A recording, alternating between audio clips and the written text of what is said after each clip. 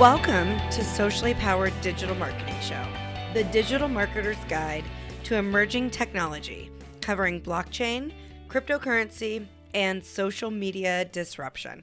Hey there, I'm Erin Cell, your host of the show. This week, we will be discussing storytelling with strategy. And we are joined by our guest, Hollie Clere. Hollie is the founder of the Social Media Advisor, which is part of Clear Communications. They help businesses tell stories for their brand while increasing sales with social media. Clear Communications LLC was founded in April 2003 as a virtual back office company for telecommunications master agents. In an effort to provide additional support for their clients, they developed the Social Media Advisor and fell in love with the concepts that any brand, no matter how large or small, could compete in their market online through an effective story and strategy. They now focus on social media and exclusively support clients in online marketing efforts. Their core foundation is centered around storytelling plus relationships, which equals business success. Social media is really changing the way people do business, and their message is don't get left behind. So let's go ahead and get right to it and chat with Hollie. Welcome to the Socially Powered Digital Marketing Show. I'm super excited for today's guest. We've got Hollie Clere. Hello. To the show. Welcome. Thank you. Yay. So a little background about Hollie. How long? We've probably known each other six years? It's got to be at least 6 years. Something like that. Yeah. So as you've probably heard me mention on the show before, Hollie and I met through the Colorado Women in Social Media and became fast friends through that. So Hollie, I'm excited for what we're going to talk about here today. We're going to talk about storytelling, but not just storytelling. It's going to be storytelling with strategy. Dun, dun, dun. Tell me how this got started and just a little background about yourself. Yeah, this is my 12th year in social media, and I started off 12 years. That means you must have started it with like MySpace. I did. Actually, I had a MySpace account and brand new LinkedIn account, and I was in the telecom space, and the whole industry changed when cloud computing became a thing, and my background then became sort of obsolete. And I had clients that I supported all across the US with back office support, and they didn't have the same need once cloud became a thing. So one of my clients had said, I don't want to lose you, but I can't take your team with me. I really need to figure out a way to incorporate you. He sent me a request on LinkedIn. What is this thing? And I said, it's some sort of resume thing. I don't know. People are finding me and reaching out to me. He said, all right, let's build that out for all of our sales team and come up with a strategy. So we did. We built out all their LinkedIn profiles. We built a MySpace for them at one time. We even developed a newsletter, which was still a super new thing. And they hosted an event every year where you could only find out about it through the newsletter and their social media channels. And so even to this day, they still host this event, one of the largest master agents in the US. And it was really fun to kind of watch that grow. And over time, I went to a lot of classes. I figured out, I've got this background in computer networking and technology and coding. What do I want to do with myself? So I started to learn social media from all these really, really popular social media names out there. And there were some that spoke a message that really resonated with me, and others that didn't, because I've never been really super heavy on the lead generation side, more on, I believe in storytelling and the nurturing of the story. And so that's kind of the direction that I really wanted to go. And I developed some processes for teaching others how to be able to tell their story so that we can equip them and they have knowledge without fear. And eventually we started providing back office support to provide social media posts for people so they didn't have to tell their own stories. Someone else could tell it for them. And that's what we do now. We develop strategy through storytelling. And for some companies, we will do some social media support for their postings. And others, it's just really developing the roadmap because people don't know what to say. They'd rather not say anything at all instead of having, there's always a shiny thing. I got squirrel syndrome sometimes. Yeah, it's very easily to get distracted on social media. In fact, Yeah. it's funny, I've been recording a bunch today. I just finished a session for an upcoming social media summit talking about podcasting, and I had to make sure that I like shut everything down and really just focused on what it was that I was talking about, because it's so easy to get distracted with everything that we have going on. And I mean, even more so with us having our business in the social media sphere. Yes. Oh my goodness. Being online all the time, seeing all the things, then still marketing the business and seeing all the things. You've got to narrow in and be able to do the things that you do, that you're good at, your brilliance, and then get your marketing efforts done. Because when you don't post, you lose traction. You don't remain top of mind. Right. You fall out of the news feed, you fall out of the algorithms, and it does nothing for your business. And in fact, people are researching you before they pick up the phone. I don't know. Do you even answer your phone if you don't know the phone number? I don't. Not usually, no. No. And I won't return a voicemail unless I know, give me the data of what you're calling me about, and I'm going to research you a little bit to see who you are and what I can find. And when you're just not posting, there's that. And then there's the idea of posting too much spam. You got to be able to provide value with your audience. Value could be tips, value could be industry news, industry knowledge, what's going on, things that people don't know about, especially, if you've gone through a time of pandemic. What is a message shift that you need to have? You're not going to be talking about this widget if it's not available for people. And, really being cognizant of being relative. And that can be dangerous if you're scheduling out ahead of time too far in advance. This is very true. And lots of people have gotten themselves in trouble with that by, you just never know. And you can easily have stuff scheduled out and then something happens and you forget to go turn that off. Mm-hmm. And then it makes you look, inconsiderate or, in poor judgment. Right? Yes. Yeah. You don't want that. Yeah. So tell me, just like walk me through a little bit of the process that you go through when you bring on a new client and how you help bring that story out of them. Because oftentimes, at least I know from my side of things, it can be challenging to either find that story or figure out how to tell your story. It's really valuable. We do a 30-minute discovery session and we take a look at all of the online presence first. What does your website say? What does your social media say? 9 times out of 10, I find that people need to redesign their message on their website.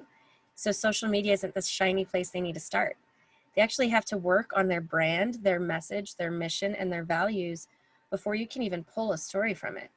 And some, I worked with this insurance guy once and he's like, I just want to get that phone call ringing. Okay, so sure, but what's the purpose of your company? What is the vision behind what you have? He's like, well, I just sell insurance.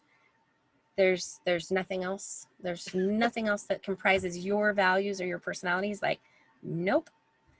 Okay. Conversely to that, I had an insurance company that I worked with that they were passionate about preparedness, and they owned dogs, especially a certain kind of breed of dog. And so they would take their family out on bike rides, and they would go to Moab, and they would go on the lake and take their dogs with them. And all their posts were about being prepared. When you think of insurance, it's like, oh yeah, you're being prepared with your insurance. Right. And their followers all loved the same stuff they did. The dogs, the hiking, the boating, the mountains, the bikes, and well, yeah, so they're showing their personality behind the brand. It's not just exactly buy for me. Exactly. Yeah. So that's the key, is really bringing the essence of you through that story so that you're attracting the audience that has similar interests to you. I like unicorns, puppies, and kittens. And when I post about that stuff, people love it. Yep. And so that's really the strategy behind pulling that value and that message from yourself. You got to know you in order to share part of that with someone else. And it just stems all the way back down to the value of the relationship. What kind of value do you want to have with the relationship with your audience, and how loyal are you wanting to make your fans? Sharing parts of you is going to be a key component in that. 100%. Yeah, it's about connection. Yeah. Not contacts, I guess. Right? Yes. Yes. So, you've been doing this for how many years? 12 years? 12 years. Oh, wow. So that's interesting. I would love to hear, like, how have things changed over the years? Because I know, like, even for me, from where I started to where I am now, I mean, I'm still doing some of the things I did when I first started, but overall, a lot of things have changed. So how is that for you? Yeah, a lot of things have changed. There's millions of social media channels depending on what you like. I think McDonald's even still has a social media channel for their employees. And you can't play in all the playgrounds and expect to be really awesome at them all. You've got to really narrow in and know that there really is only so many places where you can actively have a presence. Yep. Be present, and then build that audience, know, like, and trust, right? So way back in the day, there was Google Plus, there was MySpace for business. I think there's still a MySpace for music. Twitter has evolutionized things over time. It used to be a great place to have conversations, and for some people it still is, but now it's more of a news source for me. Mm-hmm. Yeah. Instagram was not even a thing, and now it's super popular. YouTube is morphed and changed. It used to just be really brands, and even the ads have changed a bit, where you can have ads not only at the start but in the middle of some of your videos. That was never a thing. Facebook never had. Which, by the way, is really annoying to me. Right? And Facebook has it too, where you can get monetization, but then you got your little ad right in the middle. Yep. First 10 seconds or whatever. Come on. Well, and that's not even mentioning all the other, like, new things. I mean, TikTok, Instagram just added Reels, which who knows what's going to happen with those. And then on the other side of things, and this kind of goes with what I was talking about, how things have changed. I've transitioned to more blockchain cryptocurrency and that technology. And I know we had talked about this, but I am in the process of planning an event, a virtual event, talking about all these new technologies that are social media platforms built on the blockchain. And I mean, who knows in 2 years, 5 years down the road, what social media platforms will still be left. Right. And I mean, what about Meerkat and Periscope? Right. They're gone. Remember? Right. Blab. And Blab. Aw. Oh. I always shed a little tear for Blab. Yes. It was one of my favorites. Oh man, yeah, there's so many things. Yeah. And the Google My Business changed from, just having a listing to having reviews, then having where you could post. And, then Pinterest started being able to do ads. LinkedIn, you could do ads without having to do just job placement. Yeah, and now there's the whole LinkedIn Live that you can apply for, and all the different live things that are out there. Oh, right. It's crazy. Well, and then isn't LinkedIn supposed to be adding stories? I thought I heard that not too long ago. Oh, all the stories. See, that's the thing, is you can't do stories and all the things because that's too much real-time activity and you're not getting anything else done. I do understand that there's a lot of people who just stay on LinkedIn and look at their newsfeed, engage all day long. Same with Facebook and Instagram for that matter. But at a certain point, you actually got to do your work, and you can't just do your story the whole time unless that's all you're doing. Like if you're at an event, you can do your story for the event. And that makes sense. Yeah. Oh yeah, different things definitely. throughout your day for And your birthday, you know? that's typically when I do the majority of stories is if I'm somewhere, which that being said, I haven't been anywhere since, this whole pandemic. So I haven't been nearly as active on any of my stories because I mean, you don't want to just see me sitting in my office, I mean, right? Holly, what is your favorite platform right now? Do you have a mm, favorite? I'm still in Facebook land for my favorite. If I just don't want to see any opinions, I'm going to Instagram Yeah. to look at photos. But I do love watching videos too, so YouTube's kind of super awesome there. I found a really good group of people to follow as far as like Facebook videos. So I'll tend to, if I watch a live, it'll go off into this little video space, and I'll tend to watch some comedians, Oh, that's kind fun. of get into Yeah. the wormhole of on to the next thing, right? And so yeah, that's been kind of fun. Um, LinkedIn still is really great for business. I don't pin a lot out, although I cook all the time, so I'll pin my posts, but I pin a lot of food stuff. Yeah, you've been doing some cool stuff with cooking. Yeah. I think it's interesting. So tell the listeners about what you've been doing, and the reason I bring this up is because it is digital marketing related because of how you are doing this cooking.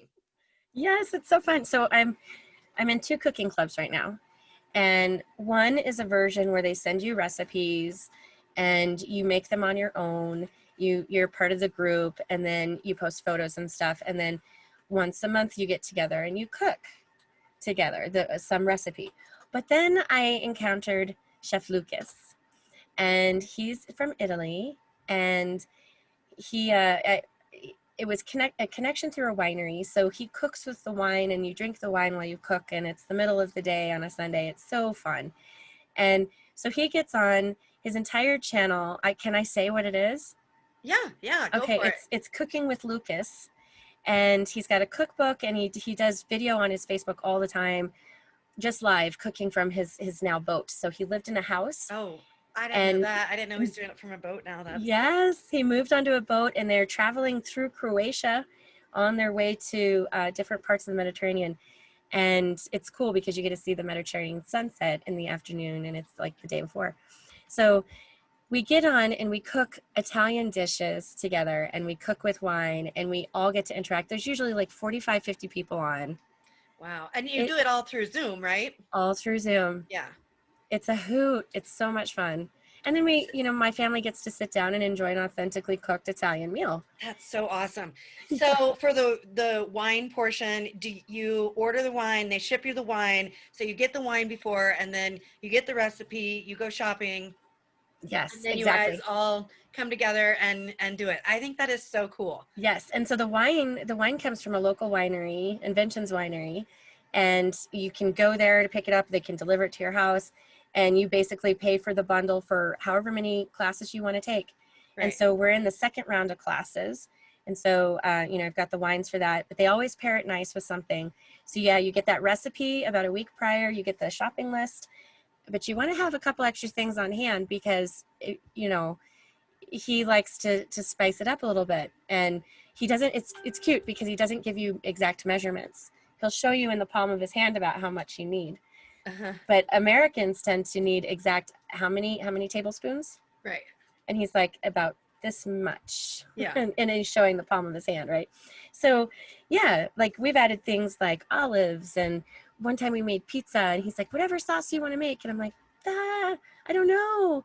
So he's like, take some olive oil and crush up some garlic and crush up some black olives and mush those together, and that's your pizza. And I'm like, nothing else? It's like, add meat if you want, but nothing else. And it was amazing. Oh, that's Amazing. awesome. Yeah. Yeah.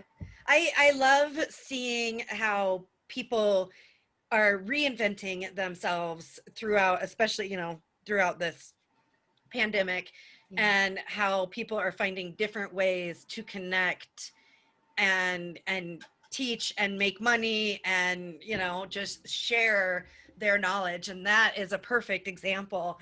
And it all ties back to storytelling, right? Like that is, I mean, you're sharing that because of the beautiful experience that you've had doing that. And then like, think about, I mean, he could actually take your testimonials and use that as part of his story. Exactly. Right? Yes. Yeah. It'll so it's cool. a full circle. Yeah. So cool. So I do want to talk about you have a program called the Social Power Program, which I just love that name. I mean, we got Socially Powered, right? The Social Power Program. Yeah. It's so tell everybody what it is. Yeah, it was an idea that came about actually before I met you. That a friend of mine she said to me, she goes, I just want to learn at my own pace. And I thought that was interesting. I said, you don't want to have the one-on-one with me? She said, I want you to teach me, but I want to learn at my own pace. Okay. So it was something I was really dreading for a long time, thinking about putting together videos, and I didn't really know what kind of structure. And then I, a few years back, maybe 4 years ago or whatever, I believe it was 4 years ago, I went to a program where they teach you how to write out your program. So I was able to clearly outline a storytelling module, which has 12 sessions in it, and a strategy module, which walks through developing that editorial calendar and then doing ads and then reading reports and things like that. And so those 2 modules are in there. But I've also got another 40 some odd videos of things that our members have said that they want to know about, like things as simple as you and I would think as creating a group or creating an event, and how to use Canva, things like that. So it's great for an online option. If you can control your time and really set a good pace for self-learning.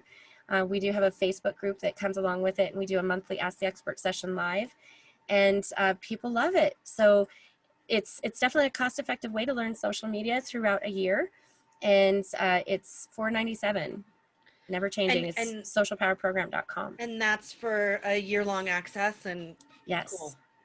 Yeah. Awesome. So we will be sure to link to that in the show notes. Yeah. So be sure to go check that out if you are interested in learning about social media and don't want to do the in-person and just want to take your time and work through all that. So I did want to say, what is the best way to connect with you? I know you said Facebook's your favorite, but where are you at on all the socials? And yes, so my handle's slightly different because my domain is a little long. My domain is thesocialmediaadvisor.com. So you can find me at The Social Media Advisor under Facebook, under actually all the channels if you just type that in. But on Twitter, it's The Social Pro. That's the only difference. So you can find me on Instagram, LinkedIn, Facebook, Pinterest, YouTube, and Google My Business. And Google My Business. I'm like, is that even a thing? It is. It is. I know. You can post there once a week. I know it is.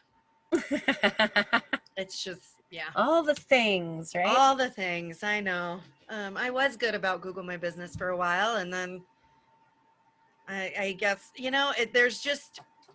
there are so many platforms and so many places for that you quote unquote should be, that it's just, it's honestly, in my opinion, it's gotten out of hand. And I just try to, stay on top of the things that I feel like I should be, and the places that I like to be. And that's the key. We need to stop shoulding ourselves. Yep. Because we someone's always going to tell us we need to do this, we need to do that. And at the end of the day, you're only going to be really successful in those platforms that you actually play in. Yep. And that's because you're there and you get to see the engagement and activity. And when you're not there, people notice, and it just, what's the point, right? So if you use it, great. If you don't, just let it sit there so you don't lose the address. Right. Yeah. And we've actually, Holly and I actually had a podcast together a long time ago. Yes, we did. Well, I was like, what was it called? Oh yeah, the Social 7. We did 7 minutes. And I know that was one of the things we talked about was, even if you're not going to use a platform, go grab your name. So, and sit on it so somebody else doesn't take it from you. Yes. But Yeah, so Yes. that's Oh, I miss those always times good together. advice. I know that was a long time ago. In Yes. fact, it's funny when I switched this podcast from a different host to Podbean, which is where we had the Social 7, and I basically had to get rid of. Well, I think maybe it's still available, but it was funny when I signed into Podbean, that was there. I was like, oh, I need to look for it. yeah.